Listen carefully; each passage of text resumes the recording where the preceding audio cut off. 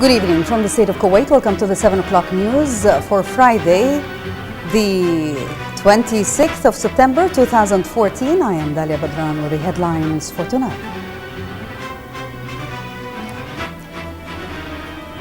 His Highness the Prime Minister delivers the State of Kuwait's address at the UN General Assembly's 69th session.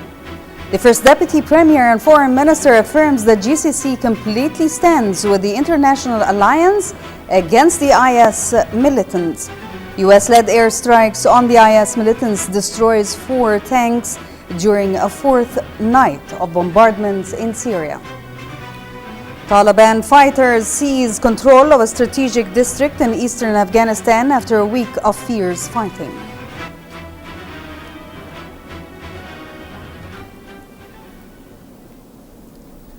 Hello and welcome.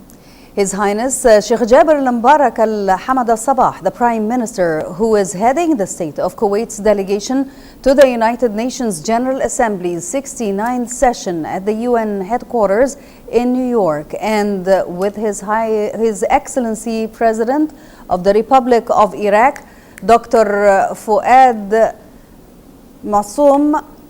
His Highness the Premier conveyed His Highness the Emir's regards to the Iraqi President and wishes further progress to him and to the Iraqi people, as well as peace and stability for Iraq.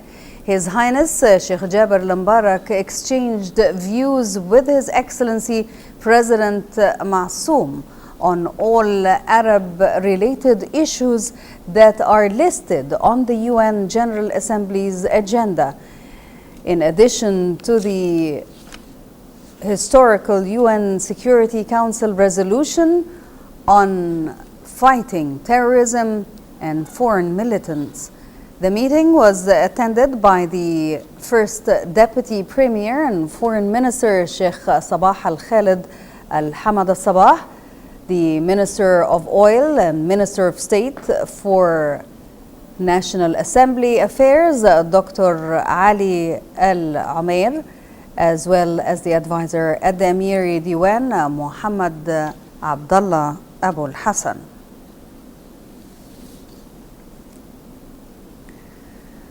Representative of His Highness the Emir Sheikh Sabah Al-Ahmad Al-Jaber Al-Sabah, His Highness Sheikh Jaber al-Mubarak Al-Hamad Al-Sabah, the Prime Minister, delivered the State of Kuwait speech at the United Nations General Assembly's 69th session at the UN headquarters in New York, in which he outlined a number of regional and international issues. His Highness the Prime Minister warned against escalation of violence in Syria. He said the State of Kuwait welcomed the UN Security Council Resolution 2165 over the opening of new crossings to deliver humanitarian and for the Syrian people. His Highness the Prime Minister also extended Kuwait's full support of the steps being made in the Republic of Yemen on a national dialogue. More with Salim Al-Ajmi in this report. Representing His Highness the Emir Sheikh Sabah Al-Ahmad Al-Jaber Al-Sabah, His Highness Sheikh Jaber Al-Mubarak Al-Hamad Al-Sabah, the Prime Minister, said Kuwait welcomed the UN Security Council resolution against foreign terrorist fighters and urged the UNSC members to live up to their responsibilities to provide protection for the Palestinian people. His Highness the Prime Minister said in a speech before the UN General Assembly's 69th session that Kuwait also welcomes UNSC resolution on the opening of new crossings to deliver humanitarian aid for the Syrian people. Meanwhile, His Highness Sheikh Jaber al-Mubarak called for reformation of the UNSC in order to improve the way it addressed challenges around the world, thus restoring international peace and security. Kuwait, the rotating president of the Arab Summit, called for expanding the permanent membership within the UNSC to include an Arab seat because the Arab countries represent 12% of the UN members, coupled with the pressing issues in the Arab world. His Highness the Prime Minister noted that many Middle Eastern countries were facing exceptional political, security and humanitarian challenges upon which the Security Council failed to act, as conditions deteriorated in many of these countries, with the Israeli recent aggression on the Gaza Strip as an example. His Highness the Prime Minister, on the other hand, warned against escalation of violence in Syria, which already killed over 190,000, displaced some 6 million people, and forced 3 million others to seek refuge in neighboring countries. Kuwait hosted 2 donor conferences to help the Syrian people in 2013 and 2014, where pledges amounted to some 3.8 billion US dollars, of which Kuwait contributed 800 million US dollars that was completely delivered to the UN special agencies and NGOs. His Highness the Prime Minister underlined the importance that international endeavors continue to achieve a political solution for the Syrian conflict in line with the communique of the Geneva I conference in a manner that preserved unity, security and stability in Syria. His Highness the Prime Minister said the deterioration of security and political conditions in Yemen is worrisome, extending Kuwait's full support of steps being made there on a national dialogue. His Highness the Prime Minister shifted in his speech from politics to post-2015 sustainable development to the environment and Ebola outbreak in West Africa. He welcomed the climate summit that was held in New York 3 days ago and said climate change would have negative impacts on development in the world in general and in the Arab region in particular. His Highness the Prime Minister called for helping developing countries because they were the most affected by the climate change. He added that Kuwait shared the burden and established Kuwait Fund for Arab Economic Development in 1961 to offer easy loans and technical assistance for developing countries around the globe, as well as helping the needy in times of crises. Kuwait also increased its annual contributions to the UN agencies and international organizations, including a recent 5 million US dollars donation to the World Health Organization to address Ebola outbreak in West Africa. His Highness the Prime Minister noted that His Highness the Emir Sheikh Sabah Al-Ahmed Al-Jaber Al-Sabah was the leader of these wide-range diplomatic efforts, citing the UN honoring of His Highness the Emir as a humanitarian leader and Kuwait as a humanitarian center. The First Deputy Prime Minister and Foreign Minister Sheikh Sabah Al-Khalid Al-Hamad Al-Sabah chaired a joint meeting of the Gulf Cooperating Council member states and U.S. Secretary of State John Kerry. The meeting that came on the sidelines of the 69th session of the UN General Assembly taking place in New York City discussed ways of further boosting political, economic and investment cooperation, as well as the latest regional and international issues of mutual interest. The meeting was attended by the foreign ministries of the Arab Gulf bloc and the GCC Secretary General Abdul Latif Al-Zayani. During the meeting, the First Deputy Prime Minister and Foreign Minister reiterated that the GCC completely stands with the international alliance to crack down on the Islamic State in Iraq and Syria. Sheikh Sabah Al-Khalid said the Gulf bloc supported the UN Security Council resolutions 2170 and 2178 that were approved in August, as well as resolution 2178, which was adopted unanimously 2 days ago and designed to tighten the grip on foreign terrorist fighters. Sheikh Sabah Al-Khalid added that the GCC stands firm with the international community in the endeavor to eradicate terrorism across the world. The First Deputy Prime Minister and Foreign Minister noted that the alliance of countries from around the world met in the Saudi city of Jeddah and the French capital Paris, agreed on the importance of ensuring the security, stability and territorial integrity of Iraq, as well as supporting the international coalition in combating the IS and other extremist groups. Sheikh Sabah Al-Khalid said the GCC nations highly appreciated the strong, continuous, and constant commitment of the U.S. to the security of the GCC member states, reaffirming the keenness on promoting the strategic partnership with the United States of America to achieve a wider horizons of cooperation and coordination in all aspects in the benefit of both sides.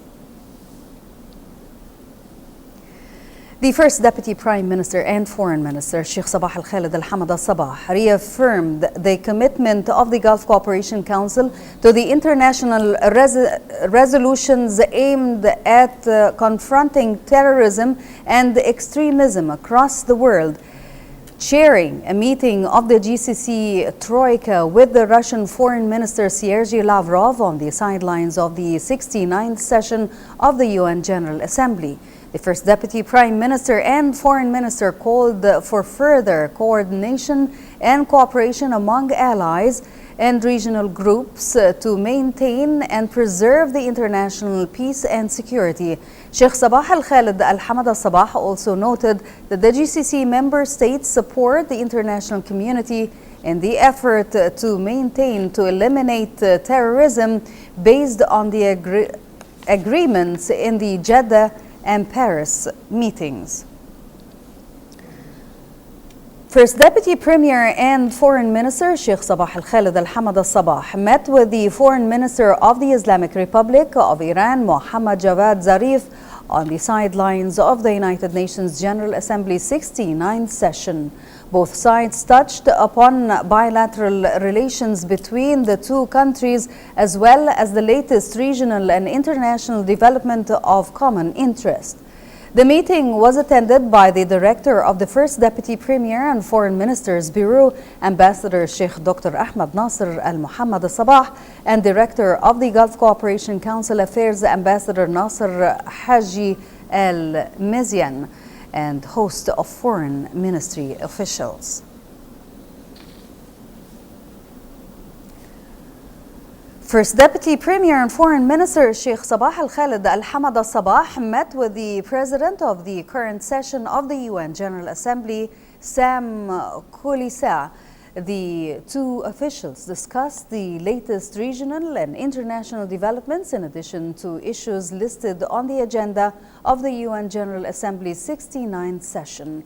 The meeting was attended by the Director of the First Deputy Premier and Foreign Minister's Bureau, Ambassador Sheikh Dr. Ahmad Nasser Al Muhammad Al Sabah, and Permanent Representative of the State of Kuwait to the United Nations, Mansour Ayad Lataibi, and the host of foreign ministry officials. The First Deputy Premier and Foreign Minister Sheikh Sabah Al-Khalid Al-Hamad Al-Sabah met with the Foreign Minister of the Republic of Albania on the sidelines of the UN General Assembly's 69th session. The two sides discussed ways of improving bilateral ties in all domains. They also discussed issues of common interest. The meeting was attended by the Director of the First Deputy Premier and Foreign Minister's Bureau, Ambassador Sheikh Dr. Ahmad Nasser Al Muhammad Al Sabah, and a number of foreign ministry officials.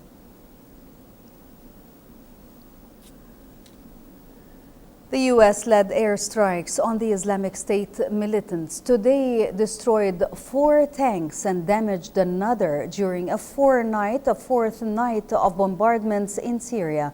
The Pentagon said it also carried out 7 strikes on the IS positions in Iraq, including one on the outskirts of the capital Baghdad. The Syrian Observatory for Human Rights said that this was the second time in 2 days that international allied forces strike oil targets in Hasaka. In Deir el-Zur, 2 targets were hit last night. Meanwhile, the Danish government said it is sending 7 F-16 fighter jets to join the anti-IS operations, but only in Iraq. British Prime Minister David Cameron today said there is a strong case for UK military intervention in Syria as well as Iraq to confront the IS. Cameron said it was in the UK's interest to join in bombardments of Iraq against the IS, and there was no legal barrier to similar action in Syria. Parliament is currently voting on UK involvement in Iraq, while Downing Street has said a small number of troops could be sent to Iraq within hours if the Commons backs action. However, the Prime Minister's official spokesman emphasized the troops would not be in combat role, but would be used to guide airstrikes by the RAF fighters and possibly to train the Iraqi and Kurdish Peshmerga forces, although this may take place in neighboring countries. Palestinian sources revealed that Hamas and Fatah have finally agreed to overcome their differences and reach a final agreement in which the Palestinian Authority will take control over Gaza and address the UN and end Israel's occupation. From Majd Al-Wahidi has more in this report. Hamas and Fatah on strengthening a Palestinian unity government are no longer a secret, but this time a comprehensive agreement has been finalized. According to officials, Palestinian Authority will take control over the Gaza Strip. The agreement also includes Hamas consent and support for a Palestinian state within the 1967 borders. The continuous meetings between Hamas and Fatah for 2 days have resulted in a new unity deal. I believe this deal will open a new horizon for all Palestinians. It also comes amid the president's step in addressing the United Nations. All of this means there is a unified Palestinian position. The timing of the agreement's announcement is not accidental and serves the interests of Palestinian President Mahmoud Abbas, who chose to address the UN General Assembly with his diplomatic plan based on ending the Israeli occupation within a specified period of time and establishing a Palestinian state within the 1967 borders. On time that Israel denied the Palestinian legitimate rights, also the Arab Initiative for Peace. Abu Mazen is going now to the UN Security Council in order to get a resolution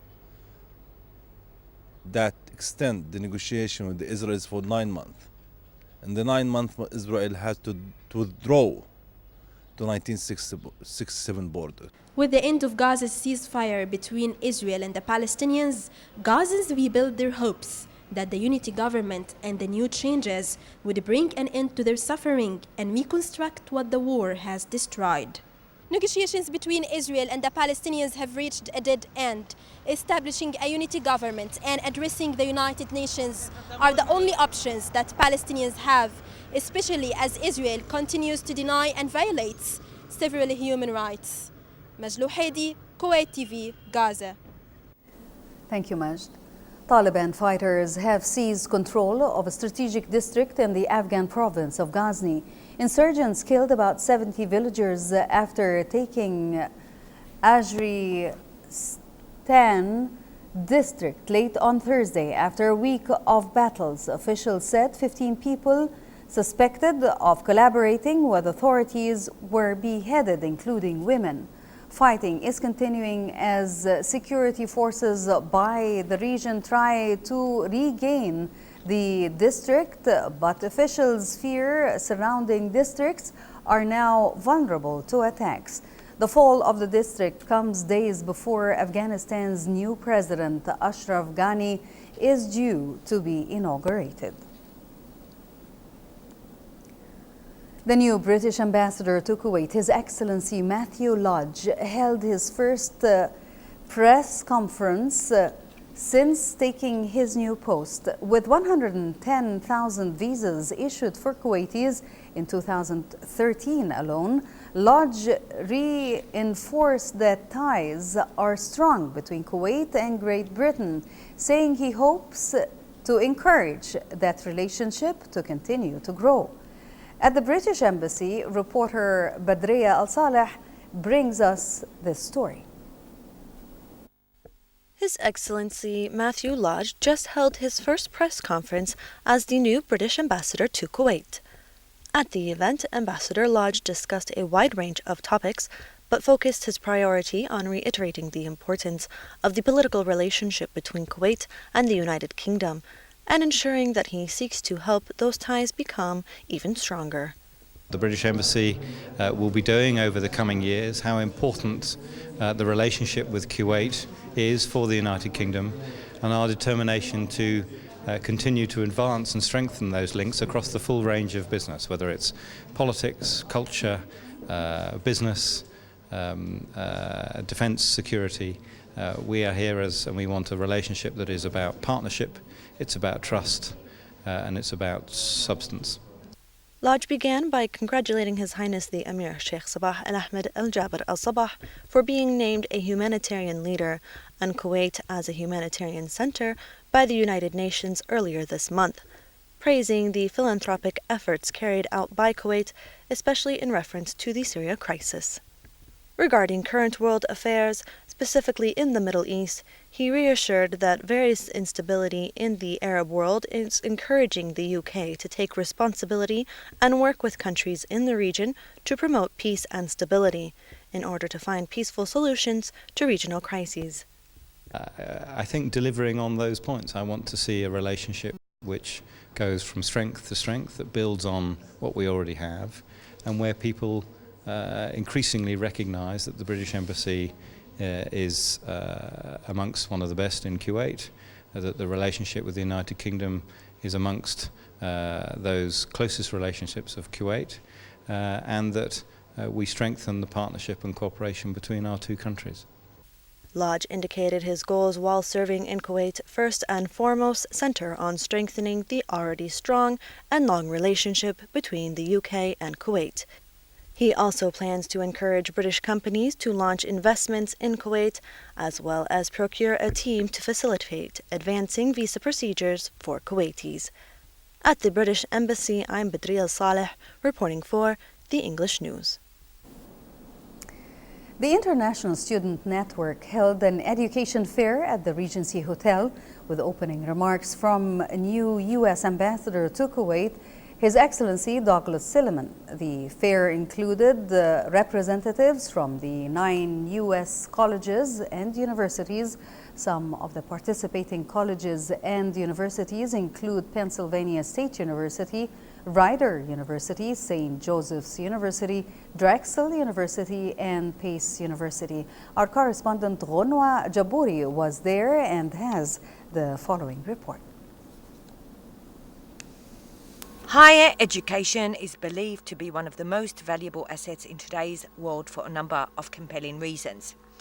The job industry today is quite competitive, and the world is a constantly evolving phenomena, requiring individuals to obtain a solid and sound higher education that will equip them with the necessary tools and knowledge that can ultimately offer them better opportunities and choices upon graduation. One of our priorities is to help Kuwaiti students find good colleges and universities in the United States. And this is one of many events that we're going to hold this year to give Kuwaiti students and Kuwaiti parents an opportunity to look at the different kinds of schools, the different kinds of academic programs, and the different kinds of communities in which those programs and schools are located. Today we bring here several American universities accredited by the educational system in America and also approved by the Ministry of Higher Education here in Kuwait. And they come here with the purpose of meeting Kuwaiti students that are interested in the graduate or undergraduate degrees in the U.S. We have a lot of international students in the U.S. and we do value the diversity that international students bring to the campuses of the universities in the U.S.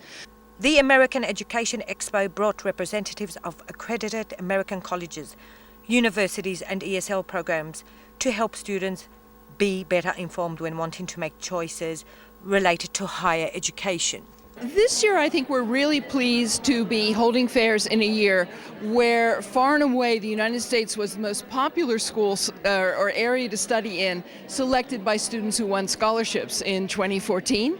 And we look forward to the second round of students, which I believe will begin in October, who can get grants to study starting in January, also selecting the United States predominantly to study. One other thing that we are doing with the Ministry of Higher Education is we are increasing the opportunities for Kuwaiti students to study in the United States by offering exchanges. There's one that's an undergraduate exchange for students from Kuwait that want to go to the US only for one semester. So students that are already in university in Kuwait and studying, and maybe they don't want to go for the full 4 years, but they want to go as a cultural exchange for one semester. So that's a program we're working on with the Ministry of Higher Education, and also we're working on an opportunity for women, women and girls specifically, to go to the United States to study the STEM field, science, technology, engineering and mathematics, to go and study as a mentor program. The ISN Education Fair included representatives from 9 US colleges and universities, providing information about their schools and answered questions from students and parents about educational opportunities in the United States. Higher education is without a doubt one of the best investments an individual can make today. And the United States of America, of course, has some of the most prestigious, sought-after universities. From the Regency Hotel, I'm Genwa Jaburi reporting to you for the English News. Thank you, Ranwa. For a chance to see our reports again, please visit our YouTube channel at MOI Kuwait News. Before we end, here's a quick reminder of today's headlines. His Highness the Prime Minister delivers the State of Kuwait's address at the UN General Assembly's 69th session. The First Deputy Premier and Foreign Minister affirms the GCC completely stands with the international alliance against the IS militants. US-led airstrikes on the IS militants destroy 4 tanks during a fourth night of bombardments in Syria. Taliban fighters seize control of a strategic district in eastern Afghanistan after a week of fierce fighting.